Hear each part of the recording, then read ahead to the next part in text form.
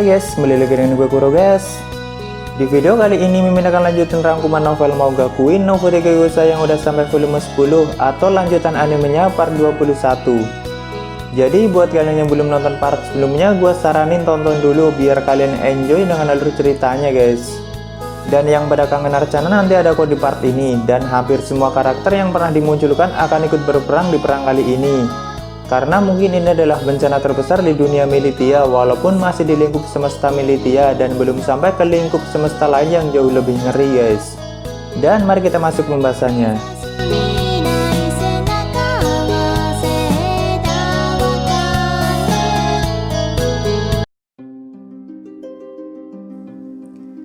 Di cerita sebelumnya, Rei dibantu oleh orang-orang di bumi sudah mengerahkan semua serangannya untuk menghentikan erosi gerhana total.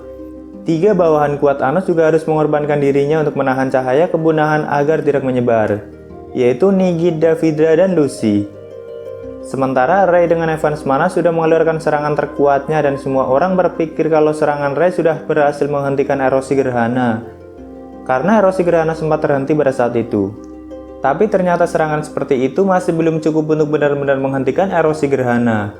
Serangan Rei hanya berhasil menundanya saja atau memundurkan prosesnya ke titik awal. Jadi erosi gerhana akan memulai erosi totalnya lagi mulai dari 0%, namun tidak butuh waktu lama untuk mencapai 100%-nya dan melepaskan kemudahan total. Kecewa nih limit guys. Walaupun berkat serangan Rei, kehancuran total jadi tertunda. Tentara dewa juga terus menyebar di semua belahan Dilhaide dan sekitarnya karena Equus menanamkan perintah pada tentara dewa untuk melenyapkan Dilhaide dan semua orang yang berpihak pada Anos Polygood. Saat ini Anos masih berada di kedalaman dunia dewa atau tempat Equus menyimpan embun api yang selama ini dicurinya. Pada saat itu Anos menggunakan mata ungu kehancurannya untuk merobek penghalang yang ada di kastil besar Equus untuk menarik Equus keluar dari sana. Wujud Equus seperti gabungan roda gigi yang ada di dalam setiap dewa yang pernah dikumpulkan Graham untuk membangkitkan Equus. Semua keputusasaan sekaligus harapan dan takdir dunia Militia juga ada dalam diri Equus. Setelah sosok Equus keluar, Anos langsung mencengkram leher Equus, tapi Equus tiba-tiba sudah ada di belakang Anos. Ternyata Equus menggunakan kekuatan Dewa Aganzon yang bisa merusak sebab dan akibat. Roda gigi dewa yang ada dalam diri Sasa dan Misa Necron juga sedang dikendalikan oleh Equus. Namun Sasa dan Misa terus melawannya agar tidak dikendalikan sepenuhnya oleh Equus. Equus bilang akan menunjukkan keputusasaan yang sebenarnya pada Anos, dan sudah waktunya Anos membayar mahal atas kedamaian yang selama ini dia rebut. Saat itu Equus membuka gerbang yang menghubungkan alam dewa dan bumi secara langsung. Dan beberapa gerbang mulai muncul di wilayah Dilhaide. Mulai dari selatan kota Midhas, gerbang dewa muncul di tempat itu dan membuat wilayah itu berubah menjadi gurun kekeringan karena dewa Anahen dimunculkan di tempat itu. Lalu wilayah yang ada di sebelah barat Midhas berubah menjadi danau dan pohon-pohon raksasa muncul di tempat itu karena dewa kelahiran Winsel dimunculkan. Segudang tentara dewa juga bangkit kembali di wilayah itu karena kekuatan dewa Winsel. Sedangkan di atas kota Midhas, langit berubah menjadi badai dan cabang dedaunan muncul bersama Dewa Giltanaros. Dan di sebelah timur Midhas, wilayah itu berubah menjadi hutan yang sangat lebat dipenuhi dengan air terjun karena Dewa Kedalaman Dilfred muncul di tempat itu.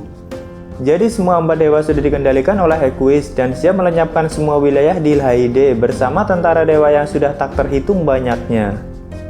Saat itu Element menghubungi Anos dan bilang apakah ini juga salah satu kejutan dan melaporkan situasi yang terjadi di Dilhaide. Anos menjawab kalau dirinya tidak bisa menggunakan Gatom ke bumi karena disegel oleh Equus. Saat itu 7 leluhur iblis bersama pasukan Elio menuju ke sebelah selatan Midhas atau tempat dewa kematian Anahen. Karena 7 leluhur iblis merasakan kekuatan sihir besar yang mereka sangat kenal. Dan ternyata Anahen sudah membangkitkan 3 bawahan kuat Anos yang sebelumnya mengorbankan diri, yaitu Nigid, Davidra, dan Lucy. Tentu saja di bawah kendali Anahen guys. Di sini 7 leluhur iblis dan Elio bertekad untuk mengembalikan mereka bertiga ke dalam kematian karena mereka bertiga adalah sosok yang sangat dihormati oleh bawahan Anos lainnya. Namun kekuatan mereka bertiga juga sangat kuat. Pokoknya terjadi pertempuran yang lumayan sengit di tempat itu. Melhes juga membuka ruang dimensinya dan beberapa mendirikan benteng kastil untuk menyerang sekaligus bertahan. Para pasukan pahlawan dan trio tolol juga datang ke tempat itu untuk membantu 7 leluhur iblis. Untuk melawan 3 iblis kuno saja mereka harus membawa pasukan sebanyak itu guys. Di tempat lain, Anos masih mencari cara untuk menghentikan Equus tanpa menghancurkannya.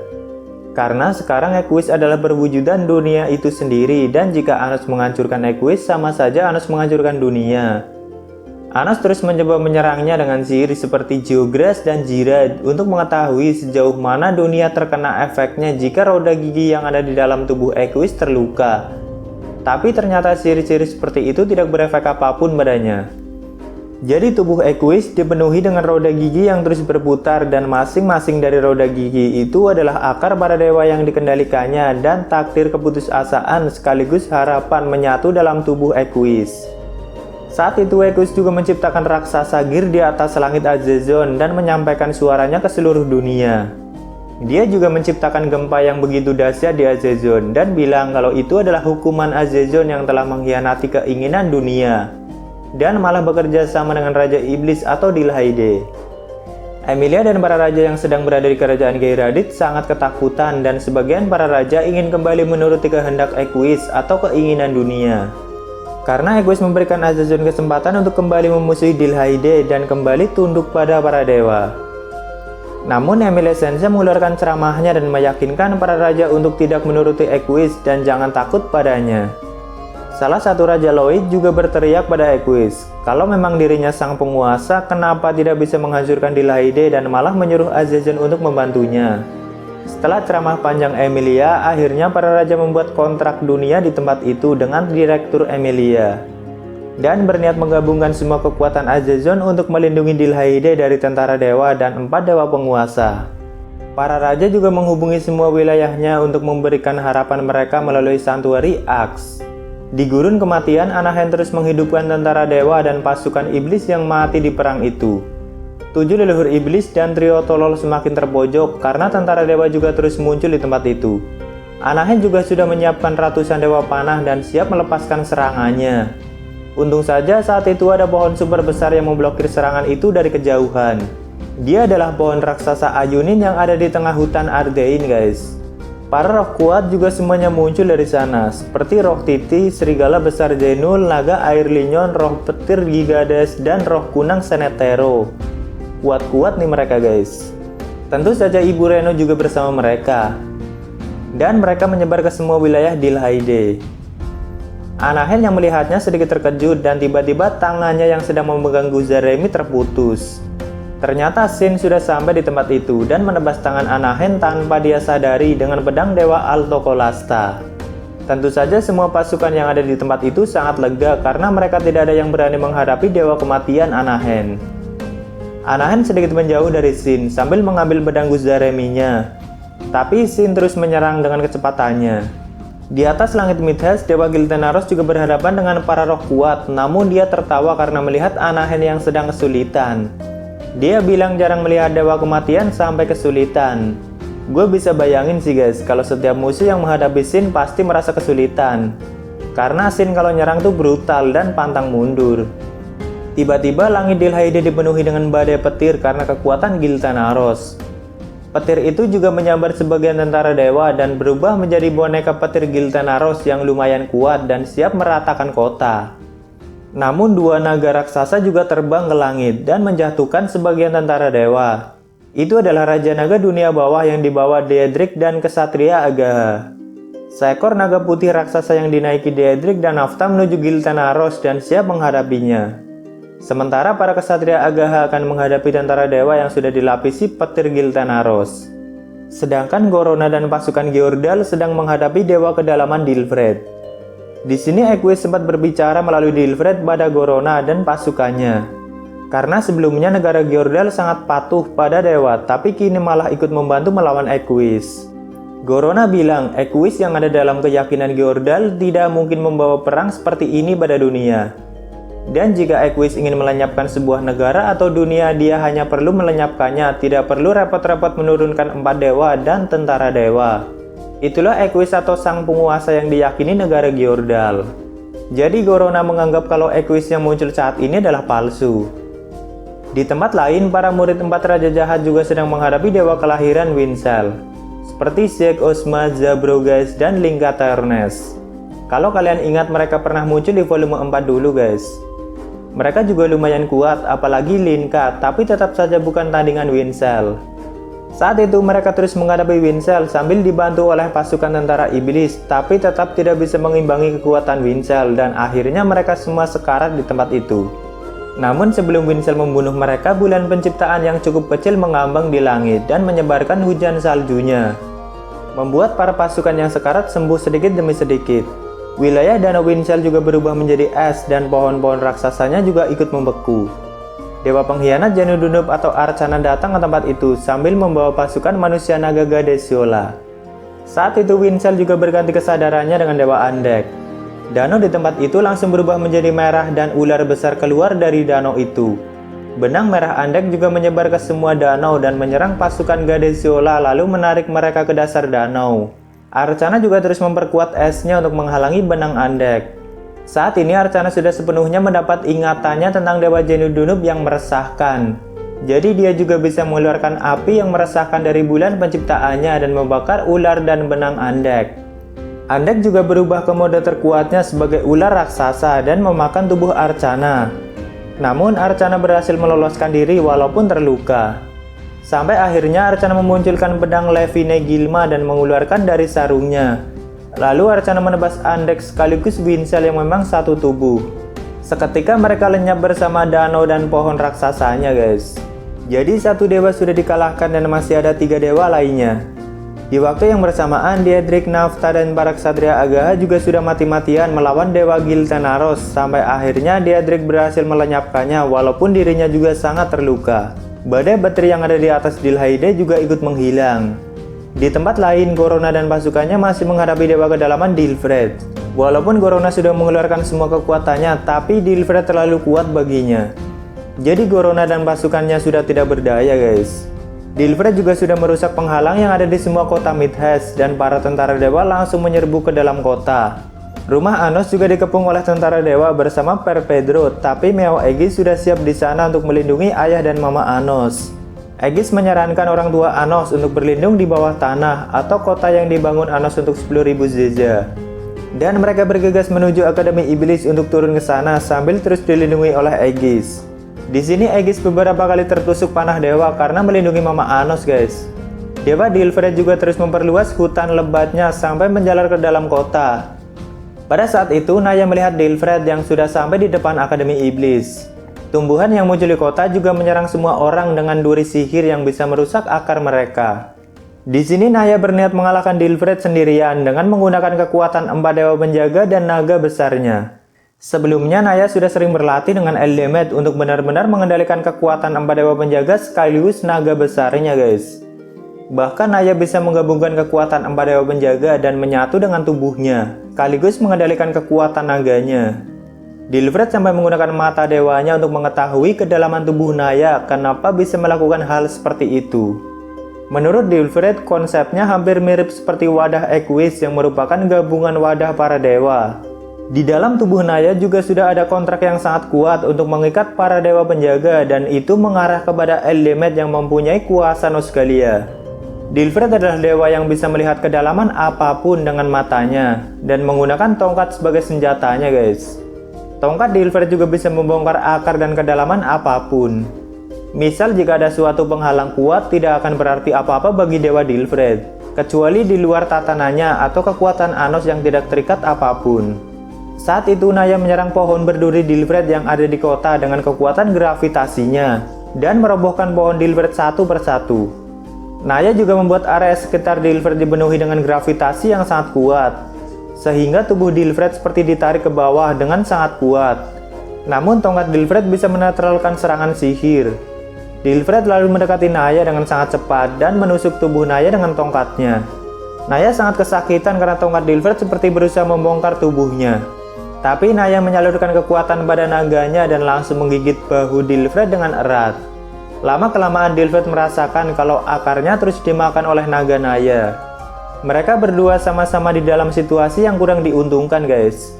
Karena jika Naya melepas gigitan naganya pada Dilfred, dia akan terkoyak oleh tongkat Dilfred. Sebaliknya dengan Dilfred, akarnya juga terus dimakan oleh naga Naya. Namun itu membutuhkan waktu dan tubuh Naya seperti sudah tidak kuat lagi untuk menahannya. Di sini Dilfred sambil terus mempengaruhi Naya kalau dirinya hanya dimanfaatkan untuk kesenangan Eldemed. Dilfred bisa melihat semua yang ada dalam diri Naya, guys. Dilfred sengaja melakukan itu agar hati Naya goyah dan tubuhnya segera hancur. Namun Naya tidak peduli karena gurunya memang orang yang seperti itu, tapi Eldemed selalu membuat Naya lebih kuat dan tidak pernah mengabaikannya. Eldemed juga sudah berjanji pada Naya dan Anos kalau dirinya akan membuat Naya menjadi musuh yang layak bagi Anos Voldigood, dan Naya dengan senang hati menerimanya, guys. Lama-kelamaan Naya mulai melemah dan hampir tumbang, namun tiba-tiba ada lingkaran Gatom yang muncul di kejauhan dan dengan cepat mengambil tubuh Naya lalu menyembuhkannya. Eldemed datang ke tempat itu sambil meruntuhkan tumbuhan Dilfred yang terus tumbuh. Lalu Eldemed menyuruh Naya melihat dari kejauhan dan Eldemed akan menunjukkannya bagaimana cara membunuh dewa besar. Eldemed lalu mendekati dewa Dilfred dengan tawa kesombongannya, guys. Tiba-tiba Equus mengeluarkan suaranya dari tubuh Dilfred dan mengajak Eldemed untuk bekerja sama dengan memberikan kuasa Nosgalianya yang ada padanya, lalu menggabungkannya dengan Equus. Di sini Eldemed pura-pura mau bekerja sama dengan Equus dan menanyakan apa rencana Equus. Jika Eldemed mau menyetujuinya, Equus bisa merusak kontrak yang sudah ditulis Anos di dalam akar Eldemed dan melepaskan kuasa Nosgalia, lalu Eldemed bergabung ke dalam tubuh Equus. Dengan itu Eldemed bisa mewujudkan keinginannya, yaitu menciptakan musuh yang tidak bisa dikalahkan oleh Anos Voldigood. Namun Eldemed menjawab apakah saat ini sang penguasa Equus masih belum yakin bisa mengalahkan Anos. Dan jika Equus mau bekerja sama, Equus harus menjadi pelayan Eldemed. Mendengar itu, Dilfred langsung murka dan menyerang Eldemed hingga membuat tubuh Eldemed tertusuk duri sihir yang sangat banyak. Tak lama kemudian, cahaya keluar dari tubuh Eldemed dan berubah menjadi wujud dewanya dengan sayap cahaya, lalu mengeluarkan pedang Lord Yue. Tapi tiba-tiba ada tombak besar yang keluar dari air dan menghalangi serangan Lord Yue.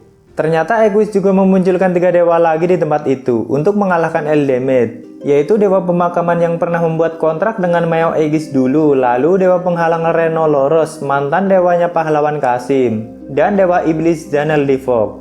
Setelah melihat itu, Eldemed jadi tahu kalau saat ini Equus hanya bisa mengendalikan dewa-dewa yang sudah terbunuh di masa lalu.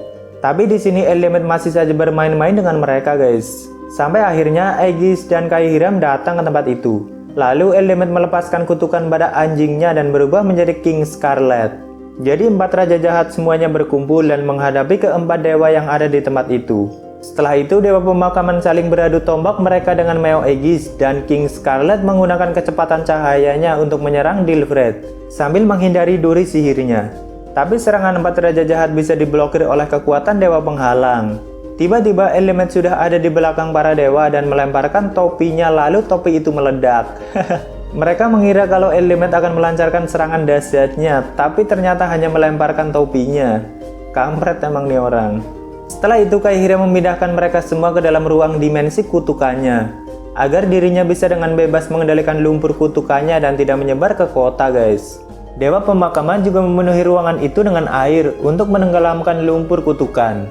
Tapi Kaihiram malah semakin menggila dengan menciptakan kastil kutukannya dan memenuhi ruangan itu dengan kutukan. Lalu Dilfred merusak ruang dimensi itu dan seketika kutukan Kaihiram langsung bocor keluar. Meo Aegis juga terkena serangan dewa iblis dan mengeluarkan darah yang sangat banyak dan berubah menjadi kegelapan. Pokoknya di sini mereka terus bertarung, guys. Hingga akhirnya Kaihiram sekarat dan kutukannya terus menyebar, lalu Eldemed langsung menghentikan kutukan itu dan mengambil tubuh Kaihiram dan memunculkan dewa regenerasi untuk menyembuhkannya. Eldemed juga berhasil menebas kaki Dilfred hingga putus dengan Lord Yue, lalu membakar tubuh Dilfred dengan api emasnya. Namun saat akar Dilfred hampir hancur, Dilfred memanfaatkan dinding dunia yang ada di wilayah itu untuk menghalangi api emas Eldemed.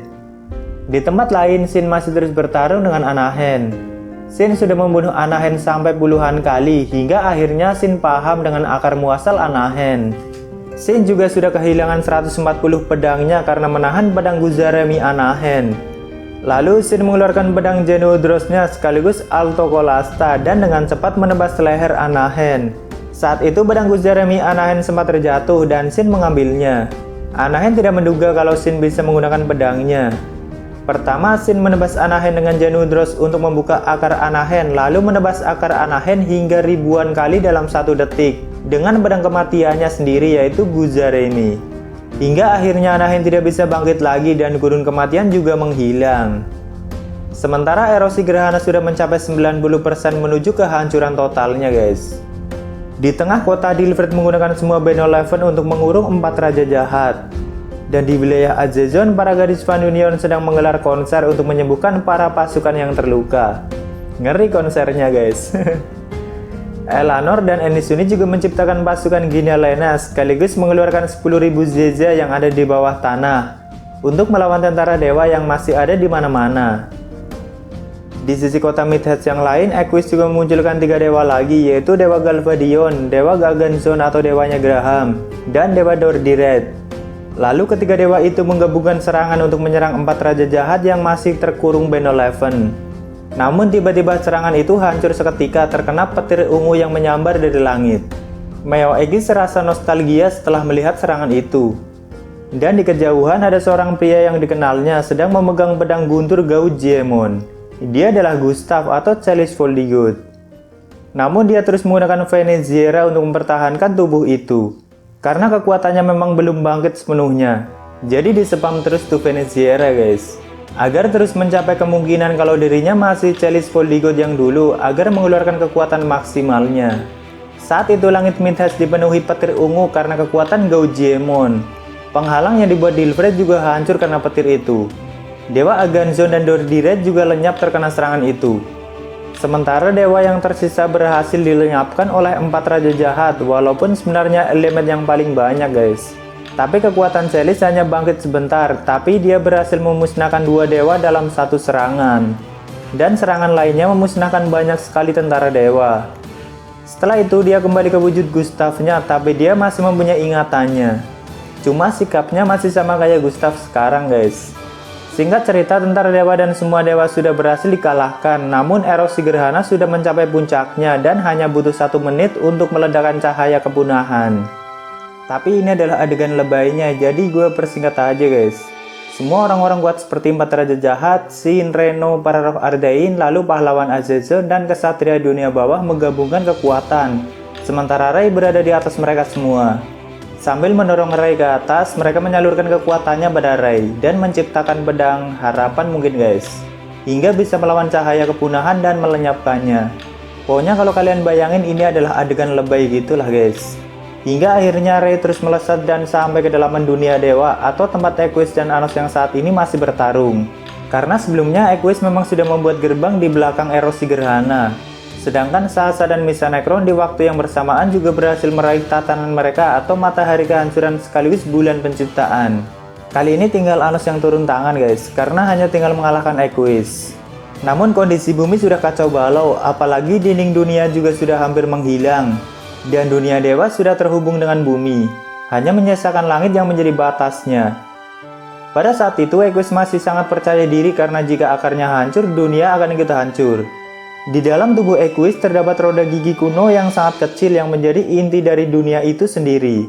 Saat itu Equus juga mengeluarkan semua kekuatan dunia yang mampu ia tampung dalam wadahnya. Misa Necron sampai tidak bisa mengukur berapa jumlah kekuatan itu. Saat ini kekuatan Sasa dan Misa juga sudah kembali guys. Kekuatan dewanya dan iblisnya sudah menyatu. Sasa mengarahkan mata kehancurannya pada Equus untuk menciptakan api kepunahan, tapi sama sekali tidak mempan. Begitu juga dengan mata Misa juga tidak mempan. Ray juga mencoba menebas dengan Evans mananya tapi juga tidak mempan. Misa bilang hanya kekuatan di luar tatanan yang bisa melukai Equus. Lalu mereka bertiga meminta Anos untuk sedikit meningkatkan kekuatannya dan mereka bertiga akan menahan serangan Anos yang nyasar ke bumi. Soalnya jika Anos meningkatkan kekuatannya dia bisa merusak dunia atau tembus ke bumi guys. Simpelnya Sasa, Misa, dan Ray cuma jadi penahan serangan Anos yang nyasar ke bumi sekaligus menciptakan penghalang di bawah mereka untuk menahan kekuatan Anos. Dengan senang hati Anos menuruti mereka dan meminta mereka untuk tidak khawatir kalau Anos menghancurkan Equus karena Anos sudah punya solusinya. Pada saat itu Anos mulai menggambar 7 spiral sihir dan mengeluarkan api Egilgron Angdroat, tapi Anos sangat menahan serangannya agar tidak benar-benar melenyapkan Equus. Setiap kali Anos mengeluarkan sihir Egilgron Angdroa, Anos bisa melepaskan apinya hingga 7 kali guys. Saat melepaskan pertama, Equus berhasil menghindarinya dengan cepat. Namun sebagian api itu tetap menyebar dan menuju ke bumi. Ray, Sasa, dan Misa Necron sampai mati-matian menahannya. Langit di bawah mereka juga sampai menjadi abu. Melihat itu, Sasha langsung bilang pada Anos untuk menekannya lagi. Padahal Anos merasa kalau itu adalah api Aegilgron Angdroa terlemahnya. Api kedua dan ketiga berhasil mengenai Equus, tapi Equus juga bisa pulih kembali. Namun tetap saja percikannya juga berefek pada dunia dan Sasha, Misa, Rei sudah mati-matian untuk menahannya. Setelah itu Equus dengan sangat cepat berhasil menusuk ke tubuh Anos dan terus melemparkannya sampai menembus langit dewa yang memang sudah rusak. Equus juga berusaha membuka akar Anos hingga sedikit bocor dan dunia terkena efeknya karena kekuatan sejati Anos sedikit bocor. Dunia dewa yang sudah rusak sampai terkikis menjadi abu. Sedangkan darah Anos terus menetes ke bumi sampai membuat sebagian wilayah bumi menjadi abu. Lalu Anos langsung memegang kepala Equus dan menendangnya. Karena jika akar Anos terus bocor, dunia bisa lenyap. Saat itu Misa Necron mempunyai ide dengan membuat dunia kecil di luar dunianya. Dan dunia kecil itu kosong, jadi Misa dengan bantuan Sasha menggunakan erosi untuk menciptakannya hingga ribuan dunia agar Anos bisa bertarung dengan bebas tanpa mengkhawatirkan kerusakan. Dengan cepat Anos langsung menyeret Equus ke dunia itu. Sedangkan Misa dengan seluruh kekuatannya masih terus melapisi dunia kosong itu dengan dunia lagi dan lagi. Hingga tak terhitung banyaknya untuk menahan kekuatan sejati Anos. Walaupun dunia kecil tapi itu sangat luas guys. Di sini Anos sedikit membuka kekuatan mata kehancurannya atau kekuatan sejatinya. Karena selama ini Anos terus menekannya hingga batas maksimal dan baru kali ini Anos membukanya sedikit. Karena sebenarnya yang kita lihat sebelum-sebelumnya itu cuma ampas dari kekuatan sejati Anos guys. Anos belum pernah membuka kekuatan sejatinya karena dunia militia memang tidak bisa menahannya. Sasha dan Misa Necron mengira kalau dunia kosong itu bisa menahan kekuatan sejati Anos, tapi nyatanya Anos hanya membukanya sedikit. Dan menurut Mimin itu tidak sampai 5% kekuatan sejati Anos. Karena Anos tidak ingin melenyapkan usaha Sasha dan Misa. Di sini Equus juga menarik semua embun api yang selama ini disimpannya. Dia bilang masih menyimpan sisa embun api dari dunia-dunia sebelumnya, atau dunia Elanesia dan sebelum Elanesia. Dan Equus juga pernah mengalahkan benda asing seperti Anos di dunia sebelumnya, dan menyimpan kekuatan mereka semua. Lalu Equus menarik semua kekuatan itu dan menyatukannya. Seketika dunia kosong itu langsung bergetar karena bentrokan kekuatan Anos dan Equus. Satu persatu dunia kosong itu hancur, namun Misa sudah melapisinya dengan ribuan dunia. Tubuh Equus diselimuti cahaya ilahi berwarna tembaga guys. Dia juga membuat dunia kosong itu dipenuhi dengan Gear sebagai wujud kekuatannya yang terus meluap. Lalu Anos mulai menciptakan 7 menara sihir yang melepaskan api Aegilgron Angdroa. Saat Anos melepaskan api pertama, Equus juga menggunakan Gear yang ada di dunia itu untuk menahannya. Serangan itu bertabrakan dan terus merusak dunia kosong. Mereka terus menendang dan melemparkan satu sama lain sambil melepaskan api kedua, dan Equus juga menggunakan Gear-nya untuk menghalau serangan Anos. Anos juga menciptakan 100 gerbang Geograss dan mengeluarkan Jirat untuk membatasi gerakan Equus. Tentu saja Geograss dan Jirat Anos sudah di level yang benar-benar berbeda guys. Di saat yang bersamaan Anos memegang dada Equus dan menembusnya dengan Avian Sciara, lalu mengurungnya dengan menggunakan Beno Leven.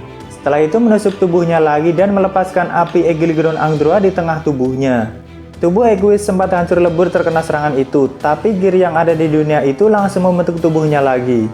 Setelah itu Equus menggabungkan semua Gear yang ada di tempat itu dan membuat bola besar yang bisa menyerap apa saja. Seperti takdir, harapan, dan sebagainya bisa diserap. Sekalipun Anos menjauh, dia akan tetap terserap karena takdirnya memang terserap guys. Dan tubuh Anos mulai menempel di bola Gear Equus sambil terus menutupinya dengan Gear yang ada. Agar Anos bisa disatukan dengan benda asing lainnya dan menjadi kekuatan Equus. Tapi tak lama kemudian bola Gear besar itu hancur karena tidak bisa menahan ketidaktepatan Anos. Equus mengakui kalau Anos lebih kuat dibanding benda-benda asing dari dunia sebelumnya. Tapi Equus masih sangat percaya diri karena dia terus memenuhi dunia itu dengan Gear-nya. Dan lama-kelamaan takdir di tempat itu menjadi kendali mutlak miliknya. Equus bilang kalau Anos hanya lebih kuat kalau dirinya bertarung di dunia kosong seperti itu. Jadi Equus akan menciptakan takdir di mana dia bisa menghancurkan semua dunia kosong yang terus diciptakan Sasha dan Misa. Namun saat itu Anos menghancurkan takdir yang dibuat Equus dengan mata ungunya. Saat Anos membuka sedikit mata ungunya, semua hal yang terikat dengan tatanan akan dihancurkan. Lalu Anos berjalan mendekati Equus dan memutarbalikkan roda gigi yang ada di tubuh Equus termasuk takdir, harapan, dan keputusasaan. Di sini Equus berniat melarikan diri dengan menciptakan gerbang ke dimensi lain, namun Anos menghancurkan gerbang itu dengan matanya. Equus lalu menggunakan seluruh kekuatannya yang tersisa untuk menciptakan pedang bernama Sunriken dan mengayunkannya. Anos juga menerima tebasan pedang itu dengan tangannya sampai berdarah. Setelah itu Anos memegang bahu Equus dan mendorongnya ke depan. Lalu Anos mengeluarkan sihir pemusnah massal yang bernama Gili Elian Naviem atau Nirvana Seven Step. Langkah pertama yang dilepaskan Anos merusak diri Equus yang ada di dunia itu, dan langkah kedua merusak takdir yang dibuat Equus di dunia itu. Dilanjutkan langkah ketiga, keempat, kelima, dan keenam. Tubuh Equus benar-benar sudah rusak tak berdaya. Dunia kosong Militia juga ikut terguncang karena sihir itu. Lalu Anos melepaskan langkah ketujuh tapi tidak benar-benar menjatuhkannya guys. Hanya Anos gunakan untuk menekan satu-satunya gear yang tersisa dari Equus atau inti dari dunia itu sendiri. Nirvana Seven Step adalah 7 langkah super besar yang dilepaskan tanpa memperdulikan apapun guys. Setiap langkahnya akan semakin meningkat kekuatannya, entah itu takdir atau apapun bisa hancur terkena serangan itu. Dan jika langkah ketujuh sampai dilepaskan, dunia akan benar-benar lenyap. Saat itu Sasha, Misa, dan Rei menghubungi Anos dan datang ke tempat itu. Mereka melaporkan kalau dunia dewa sudah lenyap dan bumi juga tinggal menunggu kehancuran atau sudah benar-benar rapuh. Karena Equus yang menjadi inti dari dunia memang hampir hancur terkena serangan tadi. Di sini Anos bertanya pada Misa, apakah masih mungkin melakukan erosi penciptaan satu kali lagi? Misa menjawab, jika bulan penciptaan digabungkan dengan matahari kehancuran masih bisa melakukan erosi penciptaan satu kali lagi. Namun kekuatannya masih belum cukup untuk memperbaiki dunia saat ini yang hampir hancur total. Setelah itu Anos bertanya pada Equus, apa keinginannya yang sebenarnya? Equus menjawab kalau dunia yang tertib, karena dirinya memang keinginan dunia, tapi selama Anos masih ada, takdir dan keputusasaan akan terus dihancurkan oleh Anos. Lalu Anos memaksa Equus agar tidak keras kepala dan melawan keinginan dunia yang terikat dengan takdir. Anos akan menunjukkan dunia yang tidak terikat dengan takdir dan sebagainya. Equus yang merasa sudah tidak punya apa-apa lagi dengan enggan menuruti Anos guys. Dan Equus memberikan semua embun api yang masih tersisa untuk Misa. Sedangkan Equus akan tetap menjadi roda gigi dunia namun dalam artian lain. Atau dunia tidak terikat dengan apapun guys. Equus hanya akan menjadi inti dan tidak punya kehendak apapun. Lalu Misa bertanya pada Anos, dunia seperti apa yang Anos inginkan? Anos menjawab, dunia yang ada tempat bermain baginya. Dan Misa pun mengangguk. Setelah itu, Sasha dan Misa sekali lagi menggabungkan matahari kehancuran sekaligus bulan penciptaan untuk mereinkarnasi dunia saat ini. Anos juga meminjamkan sedikit kekuatannya. Karena dunia yang akan diciptakan tidak terikat dengan tatanan, jadi kekuatan Anos bisa digunakan untuk membantu menciptakannya. Rei juga menghubungi semua orang yang ada di bumi dan menyampaikan kalau dunia akan segera bereinkarnasi. Singkat cerita, Misa mulai mereinkarnasi dunia dan semua isinya, sekaligus dunia dewa dan semua dewa yang pernah ada. Semua wilayah yang hancur mulai diperbaiki satu demi satu, sampai akhirnya dunia saat ini menjadi dunia baru yang jauh lebih baik. Dan semua dewa tetap dalam tatanan mereka namun tidak terikat dengan keteraturan sebelumnya. Atau mempunyai emosi dan perasaan seperti layaknya manusia dan iblis. Saat itu, Anos juga menyampaikan pidatonya ke penjuru dunia dan wajah semua orang dipenuhi dengan kebahagiaan setelah mendengarnya. Dan cuma sampai sini untuk volume 10-nya guys. Dunia yang terlalu sempurna guys. Sebenarnya pertarungan setiap orang tadi yang terjadi di bumi lumayan panjang, tapi gue persingkat guys. Lumayan susah gue ngerangkumnya kalau perang kayak tadi, dikit-dikit pindah adegan dan tempat. Jangan berpikir kalau Equus adalah musuh terkuat Anos guys, bukan guys. Masih ada musuh yang jauh lebih kuat nantinya. Mungkin Equus memang musuh terkuat Anos di level semestanya, tapi masih banyak semesta lain di Mauga Queen yang jauh lebih kuat dibanding semesta Militia. Bahkan dunia Militia berada di dunia lapisan terdangkal atau terlemah, dan masih ada dunia yang tak terhitung banyaknya jauh lebih kuat, sekaligus orang-orang yang ada di dalamnya guys. Nanti di volume 11 akan mulai membahas detail tentang multiverse Mauga Queen guys. Oke, mungkin segitu dulu untuk rangkuman kali ini. Jika ada yang kurang pas dari pembahasan kali ini, kalian bisa koreksi di bawah. Silahkan subscribe biar nggak ketinggalan pembahasan lainnya. Like jika kalian suka dengan video ini dan dislike jika tidak suka tidak apa-apa. Thank you yang udah mampir, sampai ketemu di video berikutnya. Salam guru guys.